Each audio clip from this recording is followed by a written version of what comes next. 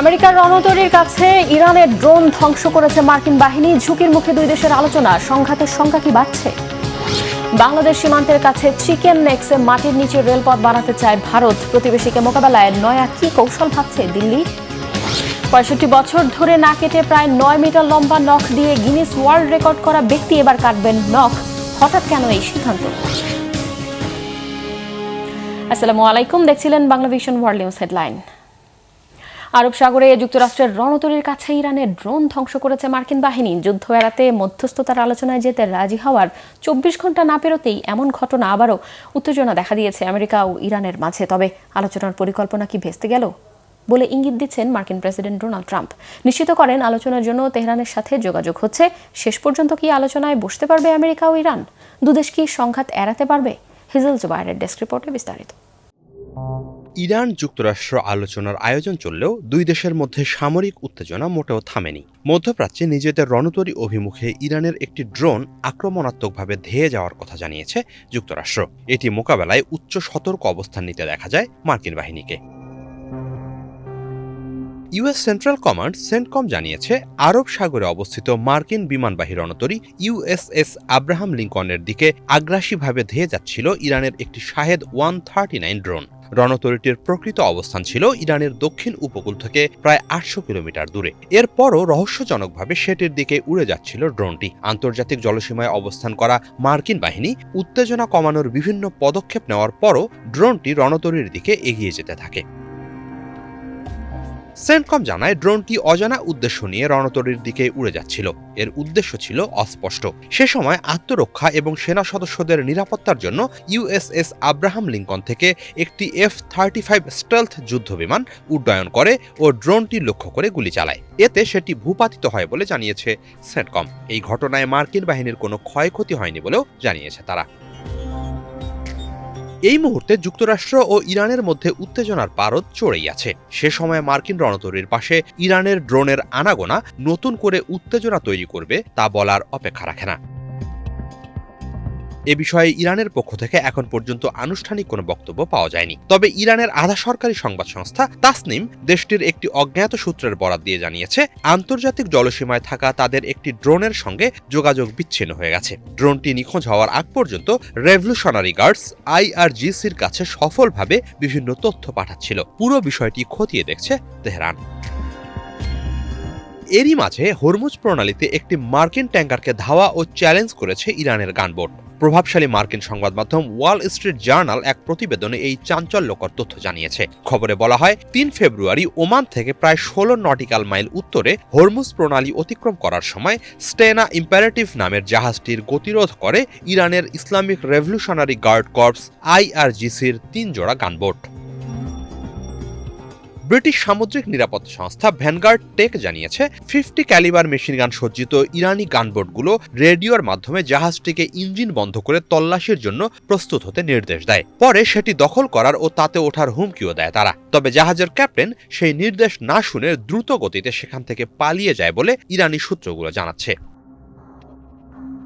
ইরানের রাষ্ট্রায়ত্ত সংবাদ সংস্থা ফার্স জানিয়েছে, জাহাজটি অবৈধভাবে ইরানের জলসীমায় প্রবেশ করেছিল। ইরানি বাহিনী জাহাজটির কাছে প্রয়োজনীয় অনুমতিপত্র দেখতে চাইলে সেটি দ্রুত ওই এলাকা থেকে পালিয়ে যায়। তবে ভ্যানগার্ড টেকের দাবি, জাহাজটি ইরানের জলসীমায় প্রবেশ করেনি। বর্তমানে এটি একটি যুদ্ধ জাহাজের পাহারায় নিরাপদ অবস্থানে আছে বলে জানিয়েছে তারা। আকাশে ড্রোন, সমুদ্রে গানবোট, একই সময়ে দুই ফ্রন্টে এমন উত্তেজনাকে খুবই ঝুঁকিপূর্ণ হিসেবে দেখছেন বিশ্লেষকরা। কেননা এমন স্পর্শকাতর সময়ে সামান্য ভুল বোঝাবুঝি ডেকে আনতে পারে বিশাল বিপর্যয়। হিজল জুবায়ের, বাংলা ভিশন। ফিলিস্তিনের গাজার রাফা ক্রসিং খুলে দিলেও সেখান দিয়ে চলাচল করতে পারছে না যুদ্ধবিধ্বস্ত ফিলিস্তিনিরা। নানান নাটকীয়তার পরও সোমবার খুলে দেয়, আবারও বুধবার তা বন্ধ রেখে আরও যতক্ষণ খোলা ছিল চলাচলের অনুমতি পেয়েছে হাতে গোনা কয়েকজন ফিলিস্তিনি। এর মাঝেও রোজকার হামলায় বুধবারও ২১ জন ফিলিস্তিনিকে হত্যা করেছে ইসরায়েল। তাই প্রশ্ন উঠেছে, যুদ্ধবিরতির শর্ত সঠিকভাবে না মেনে লোক দেখানো এই সীমান্ত খোলা কেন? কেন যুদ্ধবিরতি মানছে না ইসরায়েল? সঞ্জিদা ইসলাম তন্নির ডেস্ক রিপোর্ট। আমি বিশ্বাস করতে পারছি না। আমার এখনো বিশ্বাস হচ্ছে না যে আমি আমার ছেলে, মেয়ে, স্বামী ও আত্মীয়দের সাথে আছি। আমার কাছে এই মুহূর্ত এখনো স্বপ্নের মতো।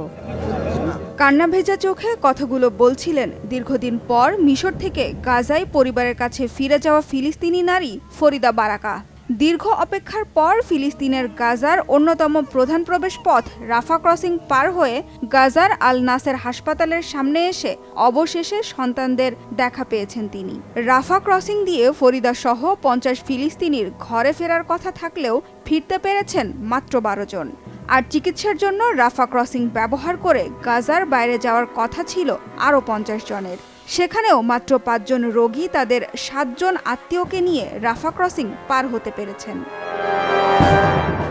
শুধু তাই নয়, গেল সোমবার রাফা ক্রসিং খুলে দেওয়ার মাত্র একদিন পর বুধবার ফিলিস্তিনের রেড ক্রিসেন্ট সোসাইটিকে জানানো হয় রাফা ক্রসিং ব্যবহার করে রোগী ও আহত ফিলিস্তিনিদের চলাচল সম্পূর্ণ বন্ধ ঘোষণা করা হয়েছে।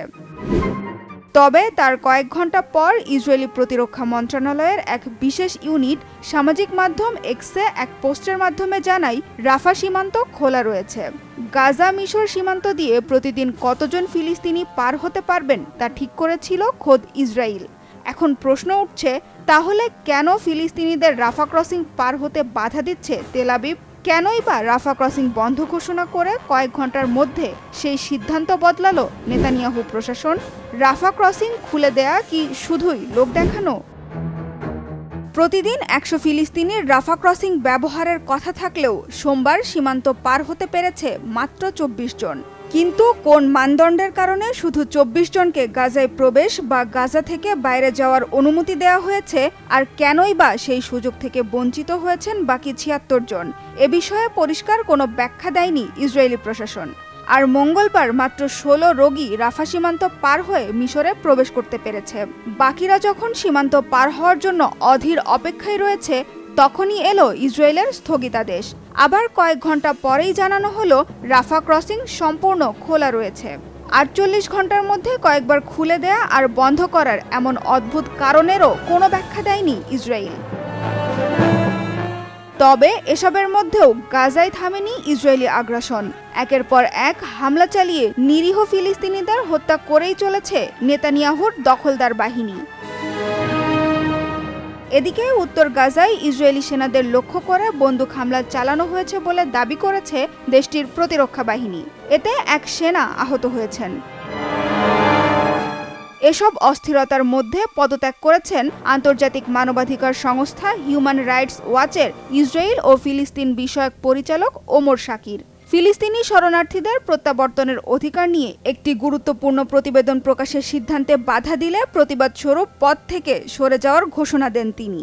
এদিকে ভারতে বেড়াতে এসে ফিলিস্তিনিদের সমর্থন জানিয়ে দেশটির পুষ্কর শহরে ফ্রি প্যালেস্টাইন ও বয়কট ইসরায়েল পোস্টার লাগানোর ঘটনায় 2 ব্রিটিশ নাগরিককে ভারত ছাড়ার নির্দেশ দেওয়া হয়েছে।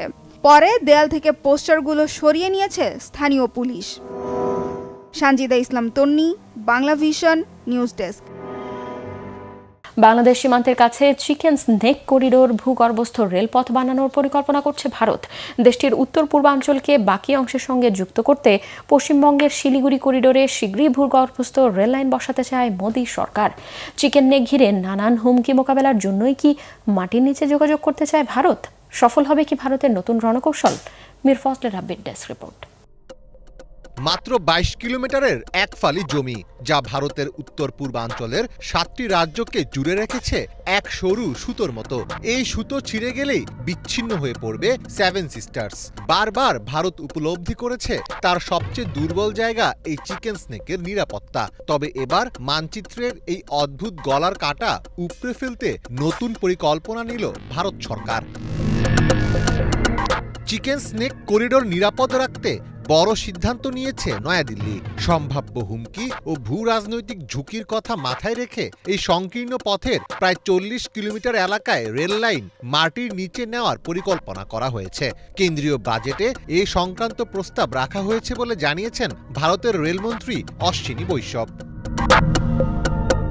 বৈষ্ণব জানিয়েছেন, বাজেটে উত্তর পূর্বাঞ্চলের সঙ্গে দেশের অন্যান্য অংশের রেল যোগাযোগ 4টি লাইনে উন্নীত করার প্রস্তাব রাখা হয়েছে। এটি দীর্ঘদিনের একটি চাহিদা পূরণ করবে বলেও তিনি মনে করেন। এক প্রতিবেদনে এসব তথ্য জানিয়েছে ভারতীয় সংবাদ মাধ্যম Times of India. Times of ইন্ডিয়ার দাবি, বাংলাদেশের ক্ষমতাচ্যুত সাবেক প্রধানমন্ত্রী শেখ হাসিনা সরকারের পতনের পর করিডোরটি নিয়ে ভারতের উদ্বেগ আরও বেড়েছে। কিছু গোষ্ঠী উত্তর পূর্বাঞ্চল বিচ্ছিন্ন করার হুমকি দিয়ে চিকেন স্নেক চেপে ধরার কথা বলেছে। এমনকি অঞ্চলটিতে তথাকথিত বৃহত্তর বাংলাদেশের অংশ হিসেবে পরিকল্পনা করার বক্তব্য সামনে এসেছে। বাংলাদেশের সামাজিক যোগাযোগ মাধ্যম এবং কিছু রাজনৈতিক মহলে মাঝে মধ্যেই আলোচনার কেন্দ্রে আসে চিকেন স্নেক। আসামের মুখ্যমন্ত্রী হিমন্ত বিশ্ব শর্মা সরাসরি অভিযোগ তুলেছেন যে ভারত বিরোধী কিছু শক্তি চিকেন স্নেককে ব্ল্যাকমেইল করার অস্ত্র হিসেবে ব্যবহার করতে চায়। ফলে ভারতের এই আন্ডারগ্রাউন্ড রেললাইনটিকে জিওপলিটিক্যাল ব্ল্যাকমেইল বন্ধ করার অস্ত্র হিসেবেও দেখছেন অনেকে। ভূগর্ভস্থ এই রেলপথ পশ্চিমবঙ্গের ৩ মাইল হাট থেকে রঙ্গাপানি স্টেশন পর্যন্ত বিস্তৃত হবে। আর এই স্টেশন থেকে মাত্র ৫ কিলোমিটার দূরেই অবস্থিত বাগডোগরা এয়ারফোর্স বেস। ফলে সংকটকালীন সময়ে আকাশ ও রেল দুই পথেই শক্তিশালী ব্যাকআপ পাবে ভারতীয় সেনারা। বর্তমান যুদ্ধকৌশলে মাটির ওপরের কোনো ব্রিজ বা রেল লাইন ধ্বংস করা খুব সহজ, কিন্তু মাটির নিচে গভীর টানেল ভেদ করে কোনো সাধারণ মিসাইল আঘাত করতে পারে না। ফলে এটি অনেকটা বাংকার রেলওয়ের মতো কাজ করবে, যা যুদ্ধের সময়ও নিরবিচ্ছিন্নভাবে ট্যাঙ্ক ও সেনা মোতায়েনে সাহায্য করবে। তবে এই প্রজেক্টটি বাস্তবায়ন করা ভারতের জন্য মোটেও সহজ হবে না। এই করিডোর দিয়ে হিমালয় থেকে নেমে আসা তিস্তা ও জলঢাকার মতো খরস্রোতা নদী প্রবাহিত হয়। মাটির নিচে টানেল করার সময় নদীর তলদেশের বালু ও পলিমাটির চাপ সামলানো অত্যন্ত জটিল একটি কাজ, যা ভারতের জন্য হবে এক বিশাল ইঞ্জিনিয়ারিং চ্যালেঞ্জ। মীর ফজলে রাব্বি, বাংলা ভিশন। লিবিয়ার সাবেক এক নায়ক মোহাম্মদ গাদ্দাফির ছেলে সাইফ আল ইসলামকে গুলি করে হত্যা করা হয়েছে। যুদ্ধবিধ্বস্ত উত্তর আফ্রিকার এই দেশটিতে আলোচিত নেতৃস্থানীয়র মধ্যে সামনের কাতারে ছিলেন তিনি। স্থানীয় গণমাধ্যমে জানানো হয়েছে, রাজধানীর ট্রিপলি থেকে ১৩৬ কিলোমিটার দক্ষিণ পশ্চিমাঞ্চলীয় জিনতান শহরে এই হত্যাকাণ্ড ঘটেছে। ফেসবুক পোস্টে সাইফের রাজনৈতিক উপদেষ্টা আবদুল্লাহ ওমান হত্যাকাণ্ডের খবর নিশ্চিত করেছেন। স্থানীয় সময় মঙ্গলবার সন্ধ্যায় সাইফের বাসায় ঢুকে ৪ জন মুখোশধারী পরে কয়েক দফা গুলি চালিয়ে তার মৃত্যু নিশ্চিত করে পালিয়ে যান তারা। জানা গেছে, আলজেরিয়া সীমান্ত ঘেঁষা এলাকায় সাইফকে হত্যা করা হয়। লন্ডন স্কুল অফ ইকোনমিক্স থেকে উচ্চতর শিক্ষা নেয়া ৫৩ বছর বয়সী এই নেতাকে লিবিয়ার ভবিষ্যৎ নেতৃত্বের শক্ত দাবিদার হিসেবে দেখা হচ্ছিল। ২০২১ সালে গণঅভ্যুত্থানে মার্কিন ও ব্রিটিশ বাহিনীর সমর্থনে ব্যাপক সহিংসতায় সরকার পতন আর মুয়াম্মার গাদ্দাফির নির্মম হত্যাকাণ্ডের পর প্রায় ৬ বছর কারাবন্দী ছিলেন সাইফ। গণঅভ্যুত্থান দমনে সহিংসতার ইন্ধনের অভিযোগে ২০১৫ সালে তাকে মৃত্যুদণ্ড দিয়েছিল লিবিয়ার আদালত। ২০২১ সালে প্রেসিডেন্ট নির্বাচনে প্রতিদ্বন্দ্বিতার ঘোষণা দিলে সাইফের প্রার্থিতা অনির্দিষ্টকালের জন্য স্থগিত করে নির্বাচন কমিশন। ইউক্রেন রাশিয়া যুদ্ধ বন্ধে আরব আমিরাতের রাজধানী আবুধাবিতে দ্বিতীয় দফায় উচ্চ পর্যায়ের বৈঠকে রাশিয়া, ইউক্রেন ও যুক্তরাষ্ট্রের প্রতিনিধিরা। আলোচনা চলবে স্থানীয় সময়ে বৃহস্পতিবার পর্যন্ত। এতে অংশ নিয়েছে মার্কিন বিশেষ দূত স্টিভ উইটকফ ও জারেড ক্রুশনার, ইউক্রেনের জাতীয় নিরাপত্তা ও প্রতিরক্ষা কাউন্সিলের প্রধান রুস্তম উমরেভ এবং রাশিয়ার সামরিক গোয়েন্দা প্রধান অ্যাডমিরাল ইগোর কস্তভ। বৈঠকে পূর্ব ইউক্রেনে দানপাস এলাকায় কার দখলে থাকবে সে বিষয় নিয়ে সমঝোতার আসারও চেষ্টা করবে রাশিয়া ও ইউক্রেন। তবে ইউক্রেনের ন্যাটোভুক্ত হতে পারবে না এবং ইউরোপের কোনো সেনা ইউক্রেনের মাটিতে থাকতে পারবে না বলে সাফ জানিয়ে দিয়েছে রাশিয়া। তবে শান্তি প্রতিষ্ঠার জন্য বৈঠকের মাঝেও ইউক্রেনে থেমে নেই রুশ হামলা। প্রতিনিধি দলের বৈঠকের মাত্র একদিন আগে ইউক্রেনের জ্বালানি অবকাঠামোকে লক্ষ্য করে ব্যালিস্টিক ক্ষেপণাস্ত্র ও ড্রোন হামলা চালিয়েছে রাশিয়া। পাল্টা জবাব দিয়েছে ইউক্রেনও। রাশিয়ার গোলাবারুদ অঞ্চলে বোমা হামলা চালিয়েছে ইউক্রেনের সেনারা। গ্রিনল্যান্ডে মার্কিন অস্ত্র মোতায়েনের সম্ভাবনাকে ঘিরে সরাসরি সামরিক হুঁশিয়ারি দিয়েছে রাশিয়া। রুশ উপপররাষ্ট্রমন্ত্রী স্টাফ জানিয়ে দিয়েছে, যুক্তরাষ্ট্র যদি সেখানে ক্ষেপণাস্ত্র প্রতিরক্ষা ব্যবস্থা বসায় তাহলে পাল্টা সামরিক পদক্ষেপ নেবে মস্কো। এমন সতর্কবার্তা এসেছে ঠিক সেই সময় যখন যুক্তরাষ্ট্র ও রাশিয়ার মধ্যে পারমাণবিক অস্ত্র নিয়ন্ত্রণ চুক্তির নিউ স্টার্টারের মেয়াদ শেষ হতে চলেছে। গ্রিনল্যান্ড ঘিরে এই উত্তেজনা বিশ্বকে ঠেলে দিচ্ছে আরও ঝুঁকিপূর্ণ বাস্তবতার দিকে। হাফিজুল ইসলামের ডেস্ক রিপোর্টে থাকছে বিস্তারিত।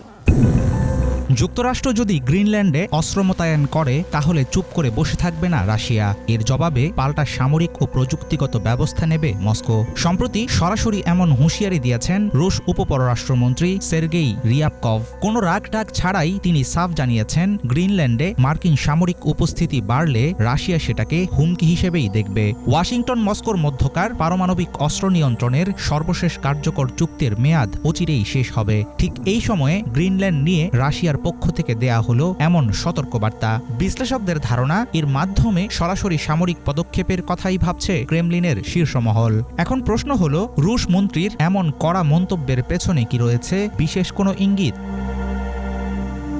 ওয়াশিংটন মস্কোর মধ্যে পারমাণবিক অস্ত্র নিয়ন্ত্রণের শেষ চুক্তি নিউ স্টার্ট ট্রিটির মেয়াদ বাড়ানো হবে কিনা সেটা এখনো অনিশ্চিত। তবে চুক্তি নবায়ন না হলে 50 বছরেরও বেশি সময় পর প্রথমবারের মতো কোনো সীমা ছাড়াই পারমাণবিক অস্ত্রভাণ্ডার বাড়াতে পারবে দুই পরাশক্তি। রাশিয়ার তরফ থেকে দেয়া হুঁশিয়ারির পেছনে মূল কারণ প্রেসিডেন্ট ডোনাল্ড ট্রাম্পের প্রস্তাবিত গোল্ডেন ডোম প্রকল্প।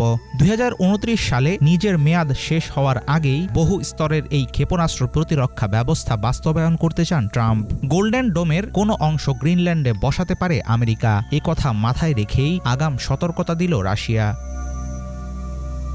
গ্রিনল্যান্ড নিয়ে ট্রাম্পের আগ্রহ নতুন কিছু নয়, মার্কিন নিরাপত্তার জন্য দরকার এই অজুহাতে দ্বীপরাজ্যটি নিয়ন্ত্রণে নেওয়ার ইচ্ছা প্রকাশ করেছেন তিনি। ট্রাম্প নিজেই দাবি করেন, ন্যাটো মহাসচিবের সঙ্গে আলোচনায় দ্বীপটি নিয়ে একটি সমঝোতার কাঠামো তৈরি হয়েছে। এমন পরিস্থিতি সতর্ক করে তুলেছে ক্রেমলিনকে। চীনে অবস্থিত রাশিয়ার দূতাবাসে সাংবাদিকদের সঙ্গে কথা বলতে গিয়ে রুশ উপপররাষ্ট্রমন্ত্রী জানান, যুক্তরাষ্ট্র যদি গোল্ডেন ডোম ক্ষেপণাস্ত্র প্রতিরক্ষা কর্মসূচির কোনো অংশ গ্রিনল্যান্ডে বসায় তাহলে আমূল বদলে যাবে পরিস্থিতি। তখন রাশিয়া বাধ্য হবে সামরিক পদক্ষেপ নিতে। পশ্চিমা সামরিক জোট ন্যাটোর সদস্য রাষ্ট্র ডেনমার্কের মালিকানায় রয়েছে গ্রিনল্যান্ড। দ্বীপরাজ্যটি নিয়ে মুখোমুখি অবস্থানের জেরে মারাত্মক চাপে পড়ে ইউরোপ যুক্তরাষ্ট্রের মধ্যকার পুরনো সম্পর্ক। ট্রাম্প পিছু হটলেও এখনও স্বাভাবিক হয়নি পরিস্থিতি। চলমান উত্তেজনার মাঝেই শেষ হতে যাচ্ছে নিউ স্টার্ট চুক্তি। পারমাণবিক অস্ত্র নিয়ন্ত্রণ সমঝোতা অনুযায়ী যুক্তরাষ্ট্র ও রাশিয়া প্রত্যেকে সর্বোচ্চ 1550টি পারমাণবিক ওয়ারহেড মোতায়েন রাখতে পারে। নিউ স্টার্ট চুক্তির ভবিষ্যৎ নিয়ে তীব্র অনিশ্চয়তার মাঝেই গ্রিনল্যান্ড নিয়ে বাড়ল আরেক দফা জটিলতা। শীতল যুদ্ধের সবচেয়ে উত্তপ্ত সময়েও পারমাণবিক অস্ত্র নিয়ন্ত্রণে সমঝোতায় পৌঁছেছিল ওয়াশিংটন মস্কো। 1969 সাল থেকে সোভিয়েত ইউনিয়নের পতনের পরও দুই দেশ নিয়মিত আলোচনা চালিয়ে গেছে। ভুল বোঝাবুঝি কিংবা আকস্মিক দুর্ঘটনা থেকে যেন পারমাণবিক যুদ্ধ শুরু না হয় সেটাই ছিল মূল লক্ষ্য। নিউ স্টার্ট চুক্তির সীমা আরও 1 বছর মেনে চলার প্রস্তাব দিয়েছে মস্কো, কিন্তু এর কোনো উত্তর দেয়নি ট্রাম্প প্রশাসন। রুশ উপপররাষ্ট্রমন্ত্রীর দাবি, উত্তর না দেওয়াও এক ধরনের উত্তর। এমন পরিস্থিতিতে গ্রিনল্যান্ড হয়ে উঠতে পারে রুশ মার্কিন দ্বন্দ্বের নতুন রণক্ষেত্র। হাফিজুল ইসলাম, বাংলাভিশন। প্রায় 65 বছর ধরে না কেটে 9 মিটার লম্বা নখ নিয়ে গিনেস ওয়ার্ল্ড রেকর্ড গড়েছিলেন ভারতের শ্রীধর চিল্লাল। তবে এখন সেই নখ কেটে ফেলতে চাইছেন তিনি। যে নখ শ্রীধরকে বিশ্বজুড়ে পরিচিতি এনে দিয়েছে, কেন হঠাৎ করে সেই নখ কেটে ফেলতে চাইছেন তিনি? মোর্শেদ আলমের ডেস্ক রিপোর্ট। নিজের চেয়েও নখ বড়। নখ কারো জীবনের পরিচয়, সংগ্রাম আর বিশ্ব রেকর্ডের গল্প হতে পারে, সেটি প্রমাণ করেছেন Sridhar Chillal. Guinness book of world রেকর্ডে এক হাতে সবচেয়ে বড় নখের অধিকারী হিসেবে ইতিহাস গড়া শ্রীধর চিল্লাল প্রায় 65 বছর ধরে তার বাম হাতের নখ কাটেননি। 1952 সালে দেওয়া এক অদ্ভুত প্রতিজ্ঞা তাকে এনে দিয়েছে বিশ্বজোড়া খ্যাতি, আবার কেড়ে নিয়েছে স্বাভাবিক জীবনের স্বাদ। এই নখ বড় রাখার পেছনের গল্পটাও কম নাটকীয় নয়। স্কুল জীবনে এক শিক্ষকের হাতের নখ ভেঙে যাওয়াকে কেন্দ্র করে ভয়ঙ্কর শাস্তির মুখে পড়েছিলেন শ্রীধর ও তার বন্ধুরা। সেই শিক্ষকের একটি কথাই বদলে দেয় শ্রীধরের জীবন। নখ বড় না রাখলে নখের মূল্য বোঝা যায় না। সেই কথা থেকে শুরু হয় চ্যালেঞ্জ। বন্ধুরা একে একে হার মানলেও শ্রীধর ছিলেন অটল। সময় যত গড়িয়েছে নখের সঙ্গে সঙ্গে বেড়েছে সমস্যাও। পরিবার, সমাজ, চাকরি, এমনকি বিয়ের ক্ষেত্রেও তাকে পড়তে হয়েছে চরম বিড়ম্বনায়। অনেকে ভয় পেতেন, কেউ ঘৃণা করতেন, কেউ তাকে অস্বাভাবিক বলে দূরে সরিয়ে রাখতেন। অতিরিক্ত বড় নখের কারণে তার বাম হাত কার্যত অকেজো হয়ে যায়। দৈনন্দিন জীবনে সাধারণ কাজও হয়ে ওঠে কঠিন। এত কিছুর পরেও শ্রীধর থামেননি। অবশেষে 2014 সালে গিনেস ওয়ার্ল্ড রেকর্ডসের স্বীকৃতি আসে। পরিমাণে ধরা পড়ে তার বাম হাতের 5টি নখের মোট দৈর্ঘ্য প্রায় 9.1 মিটার। একসময় যে নখ ছিল উপহাসের কারণ, সেগুলোই হয়ে ওঠে সম্মানের প্রতীক। এখন ৮০ ছুঁই বয়সে সেই নখ শ্রীধরের জন্য সবচেয়ে বড় ঝুঁকি। ঘুমের মাঝেও সতর্ক থাকতে হয়, সামান্য ভুলে ভেঙে যেতে পারে এত বছরের সাধনা। জীবনের শেষ প্রান্তে এসে তিনি সিদ্ধান্ত নিয়েছেন এই নখ আর রাখা সম্ভব নয়। নখ কেটে সেগুলো জাদুঘরে দেওয়ার মাধ্যমে জীবনের ক্ষতিপূরণ পেতে চান ভারতীয় এই ব্যক্তি। যে নখ শ্রীধরকে বিশ্বজুড়ে পরিচিত করেছে, সেই নখই এবার বিদায়ের প্রস্তুতিতে, এক বিস্ময়কর অধ্যায়ের শেষের অপেক্ষায়। তবে কবে কাটবেন এই নখগুলো সেটি এখনো জানা যায়নি। মোর্শেদ আলম, বাংলা ভিশন। এবার হার্ভার্ড বিশ্ববিদ্যালয়ের কাছে $100 কোটি ক্ষতিপূরণ চেয়েছেন মার্কিন প্রেসিডেন্ট ডোনাল্ড ট্রাম্প। তার অভিযোগ, বিশ্ববিদ্যালয়টি উদারপন্থীর মতাদর্শের প্রচার করেছে এবং ফিলিস্তিনপন্থী বিক্ষোভের সময় ইহুদি শিক্ষার্থীদের নিরাপত্তা দিতে ব্যর্থ হয়েছে। যদিও একে বিশ্ববিদ্যালয়গুলোর ওপর রাজনৈতিক চাপ তৈরির কৌশল হিসেবেই দেখছেন বিশ্লেষকরা। মোর্শেদ আলমের আরও একটি ডেস্ক রিপোর্ট। হার্ভার্ড বিশ্ববিদ্যালয়ের বিরুদ্ধে যুক্তরাষ্ট্রের প্রেসিডেন্ট ডোনাল্ড ট্রাম্পের $100 কোটি ক্ষতিপূরণ দাবি নতুন করে দেশটির শিক্ষা ও রাজনীতির সম্পর্ক নিয়ে তুমুল আলোচনার জন্ম দিয়েছে। উচ্চশিক্ষা প্রতিষ্ঠানগুলোর উপর রাজনৈতিক প্রভাব বিস্তারের অভিযোগ এবং মতাদর্শিক দ্বন্দ্ব, দুইয়ের সংঘাতে পরিস্থিতি ক্রমেই জটিল হয়ে উঠছে বলে মনে করছেন বিশ্লেষকরা। স্থানীয় সময় 2 ফেব্রুয়ারি রাতে সামাজিক যোগাযোগ মাধ্যম ট্রুথ সোশ্যালে দেওয়া এক পোস্টে ট্রাম্প জানান, হার্ভার্ড বিশ্ববিদ্যালয়ের কাছ থেকে তিনি $100 কোটি ক্ষতিপূরণ দাবি করেছেন এবং ভবিষ্যতে প্রতিষ্ঠানটির সঙ্গে প্রশাসনের কোনো সম্পর্ক থাকবে না। তার এই ঘোষণার পেছনে নিউ ইয়র্ক টাইমসের একটি প্রতিবেদন গুরুত্বপূর্ণ ভূমিকা রেখেছে। এই প্রতিবেদনে দাবি করা হয়, ট্রাম্পের সঙ্গে চলমান সমঝোতা আলোচনায় হার্ভার্ড কিছু ছাড় পেয়েছে। প্রতিবেদন প্রকাশের পরপরই ট্রাম্পের কঠোর অবস্থান সামনে আসে। ট্রাম্প প্রশাসনের অভিযোগ, হার্ভার্ড সহ যুক্তরাষ্ট্রের শীর্ষস্থানীয় কয়েকটি বিশ্ববিদ্যালয় উদারপন্থী রাজনৈতিক মতাদর্শ প্রচারে সক্রিয় ভূমিকা রেখেছে। পাশাপাশি ফিলিস্তিনপন্থী বিক্ষোভের সময় ক্যাম্পাসে ইহুদি শিক্ষার্থীদের নিরাপত্তা নিশ্চিত করতে ব্যর্থ হয়েছে বলেও দাবি করা হয়েছে। প্রশাসনের পক্ষ থেকে এসব অভিযোগকে আইনি ব্যবস্থা গ্রহণ এবং বড় অঙ্কের আর্থিক ক্ষতিপূরণ দাবির ভিত্তি হিসেবে তুলে ধরা হচ্ছে। তবে সমালোচকরা বিষয়টিকে ভিন্নভাবে দেখছেন। তাদের মতে ট্রাম্প প্রশাসনের এই পদক্ষেপ মূলত উদারপন্থী বিশ্ববিদ্যালয়গুলোর উপর রাজনৈতিক চাপ প্রয়োগের কৌশল। যুক্তরাষ্ট্রের উচ্চশিক্ষা প্রতিষ্ঠানগুলো দীর্ঘদিন ধরে স্বাধীন মত প্রকাশ ও গবেষণার ক্ষেত্র হিসেবে পরিচিত। ফলে প্রশাসনের এমন কঠোর অবস্থান শিক্ষা প্রতিষ্ঠানের স্বায়ত্তশাসন প্রশ্নবিদ্ধ করতে পারে বলে আশঙ্কা প্রকাশ করেছেন অনেকেই। এদিকে ট্রাম্প প্রশাসনের চাপের প্রভাবিত মধ্যে আইভি লীগের অন্য প্রতিষ্ঠানগুলোর উপরও পড়তে শুরু করেছে। পেনসিলভানিয়া বিশ্ববিদ্যালয় সম্প্রতি তাদের নীতিমালা পরিবর্তন এনে নারী ক্রীড়া প্রতিযোগিতায় ট্রান্সজেন্ডার নারীদের অংশগ্রহণ নিষিদ্ধ করেছে। বিশ্লেষকরা মনে করছেন, প্রশাসনের নীতিগত অবস্থান ভবিষ্যতে যুক্তরাষ্ট্রের শিক্ষা প্রতিষ্ঠানগুলোর নীতিমালা ও প্রশাসনিক সিদ্ধান্তে আরও বড় ধরনের প্রভাব ফেলতে পারে। শিক্ষাবিদদের মতে হার্ভার্ডকে ঘিরে ট্রাম্পের ক্ষতিপূরণ দাবি শুধু একটি আইনি বা আর্থিক বিরোধ নয়, বরং যুক্তরাষ্ট্রের শিক্ষা ব্যবস্থা, মতাদর্শিক বিভাজন এবং রাজনৈতিক পারস্পরিক সম্পর্ককে নতুন করে সামনে নিয়ে এসেছে। মোর্শেদ আলম, বাংলা ভিশন। এই ছিল আজকের মতো, সাথে থাকায় ধন্যবাদ।